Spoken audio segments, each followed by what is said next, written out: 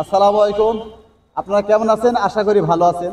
এই ভাইটা আসলে এতিমকে যে ভালোবাসে, আল্লাহ তাকে ভালোবাসে, আল্লাহ রাসূল বলেছে এতিমকে ভালোবাসতে আমাকে ভালোবাসা হবে। ইনি কিন্তু এতিম, এনার মা নাই, এনার বাবা আছে, কারণ এর ঘরে সৎ মা। এখন আপনি তো জানেনই, হয়তো আমি বলিনি আর মা খারাপ, আমি বলতেছি যার ঘরে সৎ মা আছে আপনারা নিজের মনে করে, নিজের সন্তান মনে করে তাকে ভালোবাসবেন। কারণ ইনি কিন্তু ঢাকা চলে যাচ্ছে, মানে অনেক দাঁড়ে দাঁড়ে গেছে, অনেক লোকের কাছে গেছে, কেউ কাজ দেয় নাই। তবে আমিও বলছিলাম, কিন্তু বিদ্যুতের কাজ তো সবার দ্বারা সম্ভব না, তাই ইনি যাচ্ছে একটা কাজের উদ্দেশ্য নিয়ে ঢাকা যাবে, মানে ঢাকাতে আপনার যে কোনো একটা কোম্পানিতে লাগবে। আচ্ছা, আপনি কি কাজে যাবেন একটু বলবেন? ভাই কোম্পানিতে ঢোকার আশায় যাচ্ছি।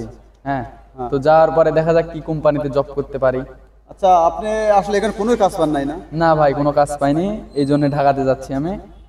আচ্ছা, আপনারা সবাই এনার জন্য দোয়া করবেন। আসলে আমি সত্য কথা বলছি, ইনি কিন্তু বাস্তবে ঢাকা চলে যাবে, তাই এনার জন্য আমি অনেক দোয়া করিল।